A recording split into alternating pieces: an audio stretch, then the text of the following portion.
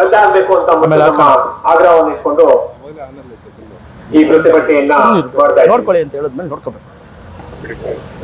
ಹಿಂದೆ ಕರ್ನಾಟಕದಲ್ಲಿ ಸಿಇಟಿ ಅನ್ನೋ ವ್ಯವಸ್ಥೆ ಇತ್ತು.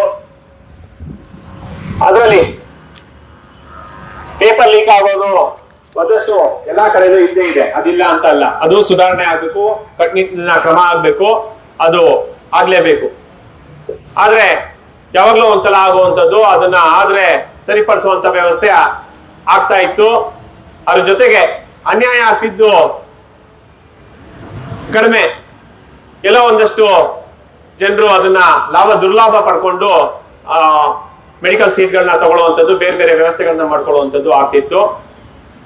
ವ್ಯಾಪಕವಾಗಿ ಇವತ್ತು ಎಷ್ಟು ಜನರಿಗೆ ಅದು ಆ ಕ್ವಶನ್ ಪೇಪರ್ ತಲುಪಿದೆ ಅಂತ ಅಂದ್ಬಿಟ್ಟು ನೋಡ್ಕೊಂಡ್ರೆ ಬಹಳ ವ್ಯಾಪಕವಾಗಿ ಇವತ್ತಿನ ಮಟ್ಟದಲ್ಲಿ ಟೆಕ್ನಾಲಜಿ ಇರುವಂತಹ ಸಂದರ್ಭದಲ್ಲಿ ಬಹಳ ಲಕ್ಷಾಂತರ ವಿದ್ಯಾರ್ಥಿಗಳಿಗೆ ಅದು ತಲುಪಿರ್ಬೋದು. ಬಹುತೇಕ ಈ ಇಲ್ಲಿ ತನಕ ಇನ್ವೆಸ್ಟಿಗೇಷನ್ ಏನಾಗಿದೆ ಅದನ್ನ ಗಮನಿಸಿದ್ರೆ ಕರ್ನಾಟಕದ ಯಾವೊಬ್ರಿಗೂ ಅದು ತಲುಪಿರುವಂತ ಮಾಹಿತಿನೇ ಇಲ್ಲ. ಯಾವುದೋ ಹೊರ ರಾಜ್ಯದಲ್ಲಿ ಒಂದಷ್ಟು ಜನ ಮಾಡುವಂತ ಈ ಅಕ್ರಮಗಳಿಗೆ ಕರ್ನಾಟಕದ ವಿದ್ಯಾರ್ಥಿಗಳು ನಷ್ಟವನ್ನ ಅನುಭವಿಸುವಂತ ಪರಿಸ್ಥಿತಿ ಆಗಿದೆ. ಈ ಹಿಂದೆ ನಡೆದಂತ ಪರೀಕ್ಷೆಗಳಲ್ಲಿ ಈ ರೀತಿ ಅಕ್ರಮಗಳು ನಡೆದಿಲ್ಲ ಅಂತ ಮುಟ್ಟಿ ಯಾರಿಗಾರು ಗ್ಯಾರಂಟಿ ಇದೆಯಾ? ಗೊತ್ತಿಲ್ಲ. ಆಗಿರುತ್ತೆ, ಸಾಧ್ಯತೆ ಇದೆ. ಕರ್ನಾಟಕದವರು, ಕರ್ನಾಟಕದ ವಿದ್ಯಾರ್ಥಿಗಳು ಅದರಲ್ಲಿ ಭಾಗವಹಿಸದೇ ಇದ್ದಂತ ಸಂದರ್ಭದಲ್ಲಿ ನಷ್ಟ ಆಗುವಂಥದ್ದು ಯಾರು? ಹೆಚ್ಚಿನ ಮಾರ್ಕ್ಸ್ಗಳು ಹೊರ ರಾಜ್ಯದವರು ತೆಗೆದುಕೊಂಡು ಈ ರೀತಿಯ ಅಕ್ರಮ ಮಾರ್ಗಗಳಲ್ಲಿ ಇಲ್ಲಿ ಬಂದು ಕರ್ನಾಟಕದ ನೆಲ, ಜಲ, ಭೂಮಿಯನ್ನ ಬಳಸ್ಕೊಂಡು ಮೆಡಿಕಲ್ ಕಾಲೇಜುಗಳನ್ನ ಸ್ಥಾಪನೆ ಮಾಡಿ ಅಲ್ಲಿಯವರಿಗೆ ನಾವು ಇಲ್ಲಿ ಸೀಟ್ಗಳನ್ನ ಬಿಟ್ಕೊಡ್ಬೇಕಾಗಿರುವಂತ ಒಂದು ಸಂದರ್ಭ ಬರುತ್ತೆ, ಬಂದಿದೆ, ಆಗಿದೆ. ಇವತ್ತು ನೀವು ಮೆಡಿಕಲ್ ಕಾಲೇಜುಗಳಿಗೆ ಹೋಗಿ ನೋಡಿ, ಅಲ್ಲಿ ಯಾರು ಯಾವ ರಾಜ್ಯದಿಂದ ಯಾವ ವರ್ಗದ ಜನ ಬಂದು ಮೆಡಿಕಲ್ ಕಾಲೇಜುಗಳಲ್ಲಿ ಓದ್ತಿದ್ದಾರೆ ಅಂತ ಅಂದ್ಬಿಟ್ಟು ಗಮನಿಸಿ. ಬಹುತೇಕ ಮಧ್ಯಮ ವರ್ಗದವರು ಇವತ್ತು ಮೆಡಿಕಲ್ ಕಾಲೇಜುಗಳಲ್ಲಿ ಓದ್ತಾ ಇದ್ದಾರೆ. ಬಡ ಜನರು ಬಹಳ ಅಪರೂಪ. ಹಿಂದೆ ನಮ್ಮ ಫ್ಯಾಮಿಲಿಗಳಲ್ಲಿ, ನಮ್ಮ ಫ್ರೆಂಡ್ ಸರ್ಕಲ್ಗಳಲ್ಲಿ ನಮ್ಮ ಮಕ್ಕಳು ಮೆಡಿಕಲ್ ಕಾಲೇಜ್ ಓದ್ತಿದ್ದಾರೆ, ಅಲ್ಲಿದ್ದಾರೆ, ಇಲ್ಲಿದ್ದಾರೆ ಅಂತ ಅಂದ್ಬಿಟ್ಟು ಹೇಳ್ತಿದ್ರು. ಇವತ್ತು ಗಮನಿಸಿ, ನಿಮ್ಮ ಫ್ಯಾಮಿಲಿಗಳಲ್ಲೇ ಗಮನಿಸಿ, ಎಷ್ಟು ಜನ ಮೆಡಿಕಲ್ ಕಾಲೇಜ್ಗಳಲ್ಲಿ ಓದ್ತಿದ್ದಾರೆ ಅಂತ ಅಂದ್ಬಿಟ್ಟು ಬಹಳ ಅಪರೂಪ ಆಗೋಗ್ಬಿಟ್ಟಿದೆ. ಯಾಕೆ ಅಂದ್ರೆ ಅಷ್ಟು ಮಟ್ಟಿಗೆ ಅದು ಬಹಳ ಕಷ್ಟಕರವಾಗಿ ಮಾಡಿದ್ದಾರೆ, ಮತ್ತೆ ಹಣಕಾಸಿನ ವ್ಯವಹಾರವನ್ನು ಮಾಡಿದ್ದಾರೆ. ಇವತ್ತು ನೀಟ್ ಎಕ್ಸಾಮ್ ಬರಿಬೇಕು ಅಂತ ಅಂದ್ರೆ ಕೋಚಿಂಗ್ ಇಲ್ದೇನೆ ಅದು ಸಾಧ್ಯನೇ ಇಲ್ಲ ಅಂತ ಒಂದು ಪರಿಸ್ಥಿತಿ ಬಂದಿದೆ. ಕೋಚಿಂಗ್ ಇಲ್ಲದೆ ಇದ್ರೆ ಅವರು ನೀಟ್ ಎಕ್ಸಾಮ್ ಬರೆಯೋದಕ್ಕೆ ಫೀಸ್ ಕಟ್ಟೋದಕ್ಕೂ ಹೋಗಲ್ಲ, ಎಕ್ಸಾಮ್ ತಗೊಳ್ಳೋದಕ್ಕೂ ಹೋಗಲ್ಲ. ಅಷ್ಟರ ಮಟ್ಟಿಗೆ ಅವರು ಒಂದು ಮಾನಸಿಕವಾಗಿ ಸಿದ್ಧತೆ ಮನಸ್ಸಿನಲ್ಲೇ ಆಗೋದಿಲ್ಲಪ್ಪ, ಕನಸನ್ನೇ ಬಿಟ್ಬಿಟ್ಟಿದ್ದಾರೆ. ಕರ್ನಾಟಕದಲ್ಲಿ ಆಗ್ಬೋದು ಅಥವಾ ಹಲವಾರು ರಾಜ್ಯಗಳಲ್ಲಿ, ಇದು ಕೇವಲ ಕರ್ನಾಟಕದ ಮಟ್ಟಿಗೆ ನಾನು ಹೇಳ್ತಾ ಇಲ್ಲ, ದೇಶವ್ಯಾಪಿ ಬಡ ಜನರು ನೀಟನ್ನ ತೆಗೆದುಕೊಳ್ಳೋದಕ್ಕಾಗೋದಿಲ್ಲ, ಮತ್ತೆ ಅವರು ವೈದ್ಯರಾಗೋದಕ್ಕೆ ಸಾಧ್ಯ ಆಗ್ತಾ ಇಲ್ಲ.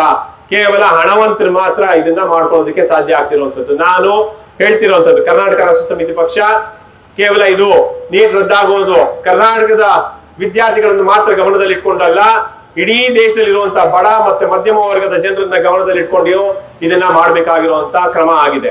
ಆದ್ರಿಂದ ಇದು ಕೇವಲ ಕರ್ನಾಟಕದ ಹಿತಾಸಕ್ತಿ ಕೇವಲ ಅಲ್ಲ, ಇಡೀ ದೇಶದ ಬಡ ಜನರ ಹಿತಾಸಕ್ತಿಯನ್ನ ಒಳಗೊಂಡಿದೆ. ಇಲ್ಲಿ ಪುಟಗಟ್ಟಲೆ ಅಡ್ವರ್ಟೈಸ್ಮೆಂಟ್ ಕೊಡ್ತಾರೆ, ನೀಟ್ ಬಂತು ಅಂದ್ರೆ, ಇನ್ನೊಂದು ಬಂತು ಅಂದ್ರೆ. ಇನ್ನೇನು ನೀಟ್ ಎಕ್ಸಾಮ್ ಮುಗಿತಿದ್ದಂಗೆನೆ ನಮ್ಮಲ್ಲಿ ಇಷ್ಟು ರ್ಯಾಂಕ್ ಬಂದಿದೆ ಅಂತ ಅಂದ್ಬಿಟ್ಟು ಆಗ್ಲೇ ರಿಸಲ್ಟೇ ಬಂದಿಲ್ಲ, ಆಗ್ಲೇ ರ್ಯಾಂಕ್ ಗಳನ್ನ ಅವರೇ ಘೋಷಣೆ ಮಾಡ್ಕೊಂಡ್ಬಿಟ್ಟಿದ್ದಾರೆ, ಮಾರ್ಕ್ಸ್ ಗಳನ್ನು ಘೋಷಣೆ ಮಾಡ್ಕೊಂಡ್ಬಿಟ್ಟಿದ್ದಾರೆ. ಮೇನ್ ಪೇಜ್ ಅಲ್ಲಿ ಅದಕ್ಕೆ 16 ಲಕ್ಷ ಕೊಡ್ಬೇಕು ಎಲ್ಲಾ ಪೇಪರ್ಗಳಲ್ಲೂ. ಆ ಅಡ್ವರ್ಟೈಸ್ಮೆಂಟ್ಗೆ ಕನಿಷ್ಠ ಅಂದ್ರೆ 50 ಲಕ್ಷದಿಂದ 1-2 ಕೋಟಿ ಖರ್ಚು ಮಾಡಿರ್ತಾರೆ ಈ ಪರೀಕ್ಷೆ ಕೋಚಿಂಗ್ ಸೆಂಟರ್ಗಳು. ಅಷ್ಟೊಂದು ಹಣವನ್ನ ಯಾರಿಂದ ತರ್ತಾರೆ? ಈ ವಿದ್ಯಾರ್ಥಿಗಳಿಂದ, ಕೋಚಿಂಗ್ ಸೆಂಟರ್ಗಳು ಅವರು ತರ್ತಾರೆ. ದೇಶದಾದ್ಯಂತ ಸುಮಾರು 23 ಲಕ್ಷ ವಿದ್ಯಾರ್ಥಿಗಳು ಮೇ 3ನೇ ತಾರೀಕು ಬರೆದಂತಹ ನೀಟ್ ಪರೀಕ್ಷೆಯನ್ನ ಕೇಂದ್ರ ಸರ್ಕಾರ ರದ್ದು ಮಾಡಿ ಮುಂದಿನ ದಿನಾಂಕವನ್ನ ಪರೀಕ್ಷೆ ನಡೆಸಲು ತಿಳಿಸ್ತೀವಿ ಅಂತ ಹೇಳಿದ್ದಾರೆ. ಕರ್ನಾಟಕ ರಾಷ್ಟ್ರ ಸಮಿತಿ ಪಕ್ಷ ಈ ನೀಟ್ ಪರೀಕ್ಷೆಯನ್ನೇ ರದ್ದು ಮಾಡಬೇಕು ಅಂತ ಹೇಳಿ ಇವತ್ತು ಆಗ್ರಹ ಮಾಡ್ತಾ ಇರುವಂತದ್ದು. ಇವತ್ತು ಕರ್ನಾಟಕದಲ್ಲೇ ದೇಶದಲ್ಲಿ ಅತಿ ಹೆಚ್ಚು ಮೆಡಿಕಲ್ ಕಾಲೇಜುಗಳು ಇರುವಂತದ್ದು ಕರ್ನಾಟಕದಲ್ಲಿ. ಈ ನೀಟ್ ಪರೀಕ್ಷೆಯಿಂದಾಗಿ ದೇಶಾದ್ಯಂತ ಏನು ವಿದ್ಯಾರ್ಥಿಗಳು ನೀಟ್ ಪರೀಕ್ಷೆಯನ್ನು ತೆಗೆದುಕೊಳ್ತಾರೆ, ಕೆಲವು ಅಂಕಗಳನ್ನು ಹೆಚ್ಚು ಅಂಕಗಳನ್ನು ಗಳಿಸಿ ರಾಜ್ಯದಲ್ಲಿ ಇವತ್ತು ನಮ್ಮ ಕನ್ನಡದ ಮಕ್ಕಳಿಗೆ ಇವತ್ತು ಅವಕಾಶಗಳನ್ನ ಕಡಿಮೆ ಆಗಿದೆ. ಕನ್ನಡದ ವಿದ್ಯಾರ್ಥಿಗಳು, ಗ್ರಾಮೀಣ ಭಾಗದ ವಿದ್ಯಾರ್ಥಿಗಳು ಇಲ್ಲಿ ರಾಜ್ಯದಲ್ಲಿರುವಂತಹ ಮೆಡಿಕಲ್ ಕಾಲೇಜುಗಳಲ್ಲಿ ಸೀಟ್ ತಗೊಳ್ಳೋದಕ್ಕೆ ಆಗ್ತಾ ಇಲ್ಲ. ಆ ಕಾರಣದಿಂದಾಗಿ ಮತ್ತೆ ಏನು ಏಕೇಕವಾಗಿ